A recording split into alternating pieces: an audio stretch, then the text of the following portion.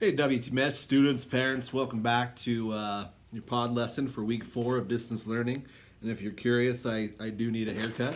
I can see that now. So remember in week 4, students, parents, you guys are doing great. Teachers, if you're listening, remember our motto right now is to do your best, but don't stress. And we'll get through this. There's still learning going on. And I think that's pretty cool that we got through this and we can continue to do so. Make sure everyone's staying safe and being smart. Going to be pretty brief today. This is actually the end of our 7 habits lessons for the year. It's been pretty fun. Hopefully you guys have learned something. So we're just going to review those really fast and then leave you with some words from Sean Covey, and then we'll be done. So here we go, pod for week 4 of distance learning. Brought some cheesy visual aids. So habits, as we learn, guys, were things that you do a lot often. They're very powerful. They can make or break you. They're very strong, but you can be stronger, and habits can be changed. The next thing we learned about was paradigms, or the way you see things, your perspective, your point of view. They're like a pair of glasses, and they can be really important. How you see yourself. If you see yourself as good or bad at something, hopefully you have a growth mindset about those things. But just know that those paradigms can be faulty. You can take those off and get a new pair of things. And that's what really habits are all about, is you can make a positive change. Speaking of the 7 habits, let's do a quick review of habits 1 through really 7. I don't think I made one for 7. Habit 1, be proactive. If you are on a journey of life, just know that you are the driver. You are in control of your destiny, and really focus on that circle of control. Things that you can alter, your attitude, your reaction to things, not get too upset about things out here. And I think being proactive, if you remember that, and the circle of control, and that's the one thing that you take from habits this year, I'd be happy with that. I really would. Habit 2, put first things first. Begin with the end in mind. And habit 3, put first things first, do kind of go together. If you're driving your car of life, you want to know a destination. It's very important to have short-term, long-term goals, and then make your daily choices as affected by that. You want to make sure that everything is heading you in that direction. And if you are going to make a choice that takes you away from your goal, make a different choice. And habit 3, if you didn't see that, those are big rocks. We do a visual demonstration of little pebbles and big rocks and what you have time for in terms of time management. You want to make sure that you focus on those things that are really important to you. You have a goal today. I've got to get this done. I've got to get this done. And those will take you to your goals. So those are things that are just about you.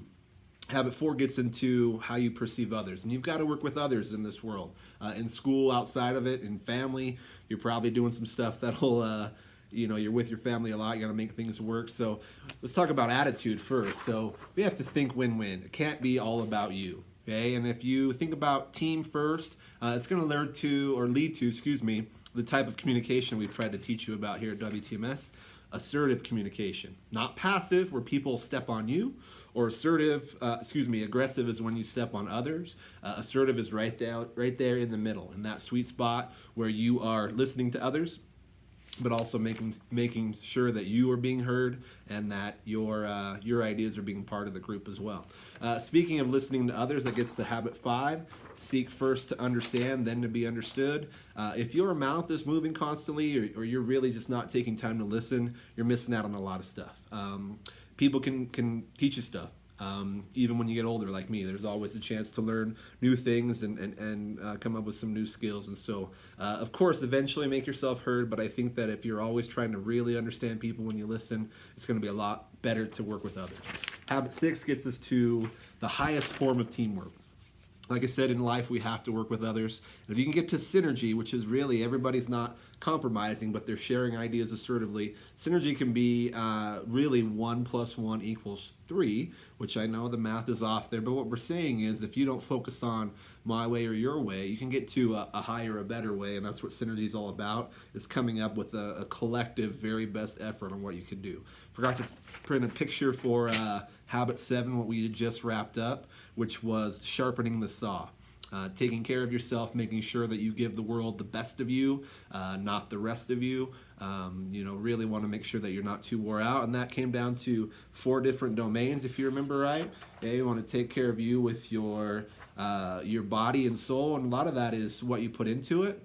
physically what you eat. You have to take care of yourself. Remember, soul is that inner core of yourself.